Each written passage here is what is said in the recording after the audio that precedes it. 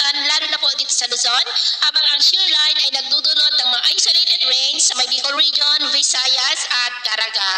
At sa ating pong long range forecast, wala pa rin naman pong bagyo na namamataan na tatawid po sa ating kalupaan hanggang sa matapos ang buwan na ito ay posibleng storm free po tayo.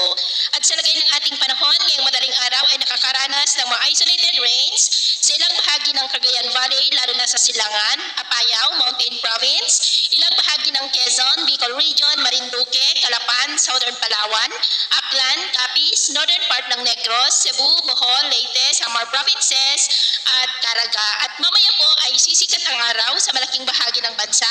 pero may chance pa rin ng cloudy skies with isolated rains, lalo na sa Silangan ng Cagayan Valley, Apayao, ilang pang bahagi ng Cordillera, ilang bahagi ng Quezon, Southern part ng Batangas, Calapan, Puerto Princesa, Romblon, Marinduque, Bicol Region, at posibleng may malalakas na ulan sa may Samar Provinces, Leyte, ilang bahagi ng Bohol, Cebu, Northern Negros, at may isolated rains sa ilang pang bahagi ng Aklan, Capiz, at Caraga.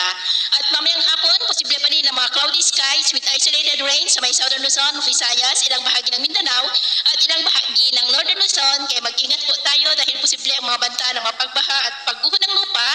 lalo na posibleng may kalakasan ng mapagulan sa may Eastern Visayas, ilang bahagi ng Caraga at Bicol Region.